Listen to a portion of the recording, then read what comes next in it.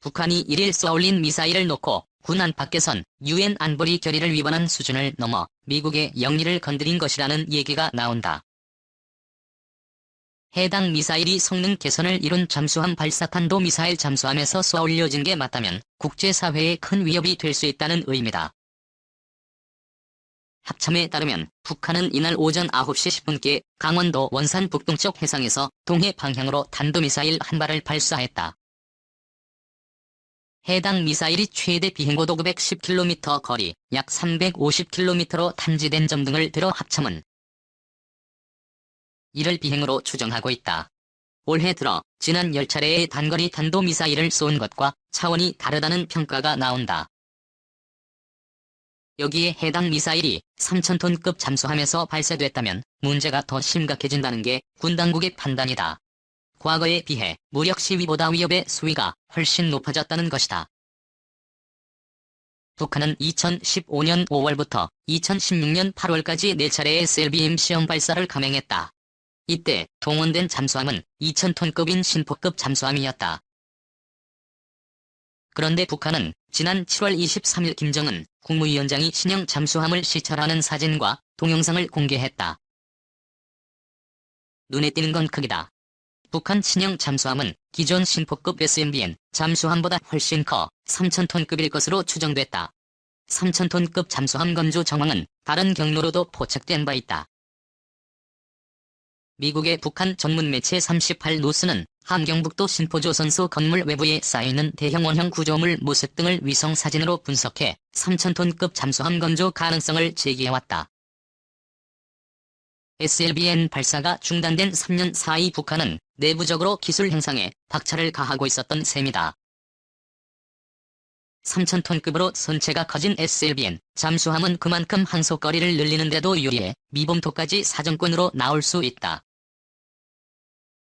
북한 잠수함 모델로 알려진 러시아 골프급 잠수함은 항속거리가 17,006km에 달한다.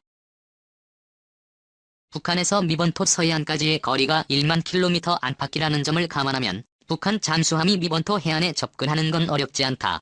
위협의 관건은 은밀성이다. SJM 사거리가 길어질수록 미번토에서 먼 해안에서 미사일을 쏘고 빠지는 게 가능하다. 북한이 3년 전 시험 발사에 성공한 북극성 -1형 SLB에 비하면 사거리만큼 떨어진 곳에서 미범토를 타격할 수 있다. 북한이 최근 개발 중인 북극성 -3.0을 탑재하면 타깃으로부터 2,500km까지만 접근해 미사일을 쏠 수 있다. 군 소식통은 3,000톤급 잠수함에 북극성 -4명을 탑재하는 게 현실화되면 하와이나 괌 정도는 거뜬히 공격 사정거리에 나올 수 있다고 평가했다. 망망대해에 가라앉자 이동하는 잠수함 특성상 사전 포착이 거의 불가능하다는 점도 위협적이다. 디젤 잠수함은 보통 엔진 충전에 필요한 산소 흡입을 위해 하루에 한 번 정도 물 위로 떠올라야 하는데 심야에 이 작업이 이루어지면 탐지가 쉽지 않다. 특히 공기분류 장치가 적용된 잠수함은 이 작업을 일주일에 한 번으로 줄일 수 있다.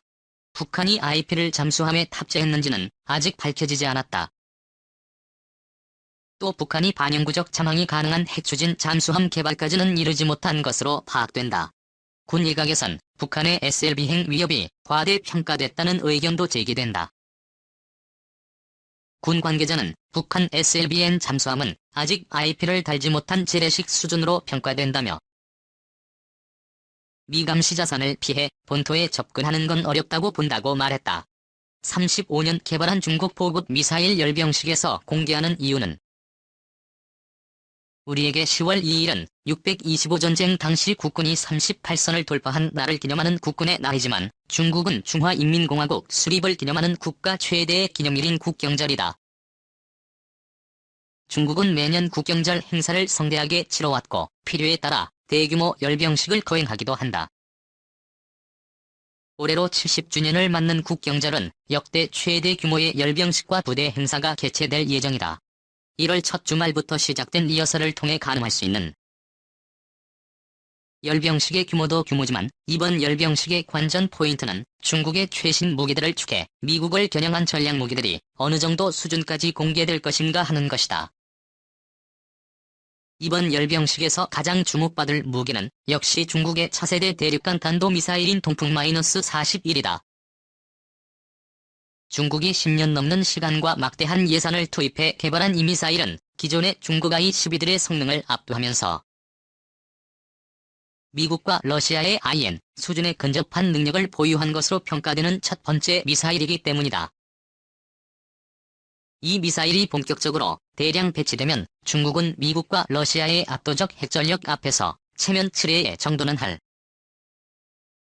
수 있는 능력을 갖추게 된다. 중국이 여기까지 오기까지는 그야말로 눈물겨운 자력 행생의 과정을 거쳤다. 미국과 러시아 등 초강대국들을 제외하면 대부분 외부의 미사일 기술을 가져와 개발하는 것이 일반적인데 중국은 탄도미사일 개발 초기부터 철저한 고립 속에서 기술 개발을 해왔기 때문이다. 당초 중국은 사회주의 동지국가인 소련의 지원을 받아 탄도미사일에 손을 댔다. 소련은 나치 독일의 로켓을 복제해 단거리 탄도미사일인 R를 개발했는데 중국이 처음으로 손에 넣은 탄도미사일이 바로 이 말이었다. 중국은 이 R의 완성품과 설계도를 들여와 복제 생산해 최초의 중국산 탄도미사일인 뒤에 후원을 개발했다. 1960년 11월 첫 발사가 이루어진 이 미사일은 여러모로 원형에 비해 성능이 열악했다. 사정거리가 10 정도 줄어들었고 신뢰성 면에서도 문제가 많았다. 중국 당국 역시 기술적 시험작에 가까운 뒤에 부원을 대량 배치할 생각은 없었고 뒤에 부원의 개발이 이루어지던 1950년대 말부터 후속적인 대부터 개발에 착수했다. 당초 뒤부터는 사거리 1200km의 탄도미사일인 R의 기술을 지원받아 개발될 예정이었다. 그러나 1959년 10월 니키타 흐르쇼프 소련 공산당 서기장의 방중 직후 중 소관계는 급격히 냉각되었고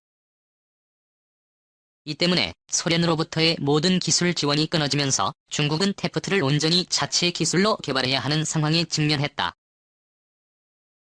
중국은 급한 대로 뒤의 기술을 운영하기로 결정하고 기술 개발에 들어갔다. 그러나 첫 5년간은 처절한 실패의 연속이었다. 발사한 미사일이 공중에서 폭발하는가 하면 아예 발사 자체가 되지 않는 경우도 발생했다. 정밀도가 형편없어 표적 지수 KM밖에 미사일이 떨어지기도 했다. 결국 중국은 대회부터 예산은 별도 사업으로 완전 신규 개발에 들어갔고 1964년 결국 사거리 1200km급 탄도미사일인 리프트의 개발에 성공한다. 그러나 중국 입장에서는 이에부터 예에 만족할 수 없었다. 당장 국경을 맞대고 은하랑거리고 있는 소련을 견제하기 위해서는 모스크바를 타격할 수 있는 중거리급 이상의 핵미사일이 필요했고 장차 소련 못지않은 적국이 될 미국 본토를 타격하려면 대륙간 탄도미사일이 필요했다. 이러한 필요성에 의해 개발된 것이 이다. 이 미사일은 소련의 44를 최대한 모방해 개발되었으며 중국 북서부 사막지대에서 발사해 소련의 모스크바를 타격할 수 있는 능력을 갖추는 것을 목표로 삼았다. 각고의 노력 끝에 이러한 시도는 성공했고 중국은 약 4,000km에 달하는 사정거리를 갖춘 이 미사일을 통해 1970년대 초부터 소련에 대한 전략적 억제력을 갖추는 데 성공했다. 소련에 대한 최소한의 전략 타격 능력을 갖추는 데 성공한 중국의 다음 수순은 소련 전역과 미국 영토 일부를 타격할 수 있는 12급 미사일의 확보였다. 약 10년에 걸친 개발 과정을 거쳐 중국은 1975년 중국 최초의 ICT급 미사일인 띠의 개발에 성공했다. 기존의 중국 탄도미사일이 이동식 발사 차량에서 운용되는 방식이었던 것과 대조적으로 소형화가 어려웠던 부분은 지하 사일로에서 발사하는 거대한 미사일로 등장했다. 미국과 소련이 이미 위치를 낯이 파악하고 있는 고정형 지하 사일로에서 운용되는 미사일이었지만 최대 7,000km를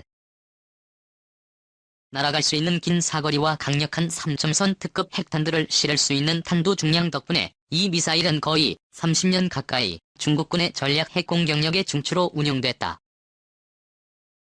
중국은 대부분 개발 성공과 동시에 차세대 ICN 개발에 나서 1981년 중국 탄도미사일 최초로 10,000km급 사정거리를 갖는 포5 개발에 성공했다. 이 미사일은 최대 5기의 핵탄두를 실을 수 있었으며 개량형의 경우 최대 5개의 탄두를 실을 수 있는 단도 미사일로 개발됐다. DF-5는 DF-4에 비하면 대단히 강력했지만 덩치가 워낙 거대했기 때문에 고정된 지하 사일로에서만 운용해야 한다는 치명적인 결점이 있었다. 이는 중국의 적성국인 미국과 소련의 핵미사일 숫자를 생각하면 대단히 치명적인 문제였다. 중국의 핵미사일 사일로 숫자는 불과 10에서 20개에 불과하기 때문에 미국이나 소련이 작심하고 선제 공격에 나서면 중국의 핵전력은 순식간에 무력화될 수 있기 때문이었다. 그래서 중국은 1980년대 초부터 차량 이동이 가능하면서도 1000km급의 사거리를 보유하고 다탄두 탑재 능력까지 갖춘 신형 I-11N 개발에 나섰다.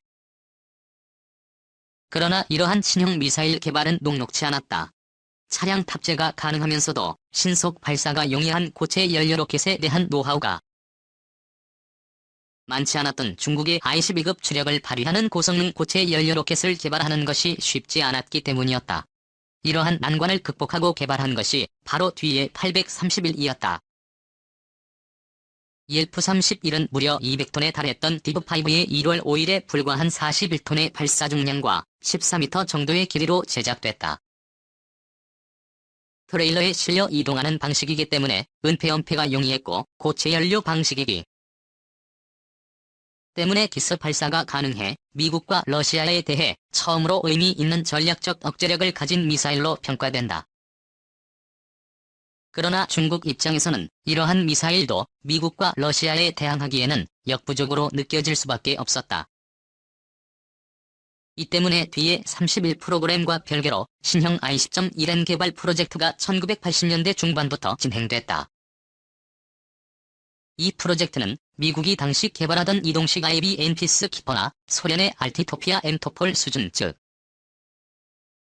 고체 연료를 사용하고 이동식 발사 차량에서 운용되며 1000km 이상의 사거리와 10개의 탄두 탑재 능력을 보유한 고성능 IB램을 확보. 거의 30년이 걸린 이 프로젝트의 산물이 F-41이다. 이 미사일은 최초 요구대로 고체 연료를 사용하면서도 1000km 이상의 사거리와 10개 탄두 탑재 능력을 확보했으며 발사 중량을 80톤으로 억제하여 이동식 발사 차량에서 운용할 수 있도록 제작됐다. 이 미사일은 12,000에서 15,000km의 사거리를 갖추고 있으며 최대 250킬로톤급 핵탄두 10발을 모두 즉 탄두 개별 목표 재돌입체 방식으로 탑재하여 10개의 표적을 동시에 공격하거나 저기 MD 체계를 기만할 수 있는 코일을 운용할 수 있다. 이 미사일의 존재가 서방 정보기관에 최초로 포착된 것은 2010년대 초이며 관련 사실이 보도된 것은 2012년 7월의 일이었다. 그러나 당시에는 머브가 아닌 단일 탄두 탑재 버전이었으며 최근까지 탄두 기술 보강 작업이 이루어진 것으로 알려졌다.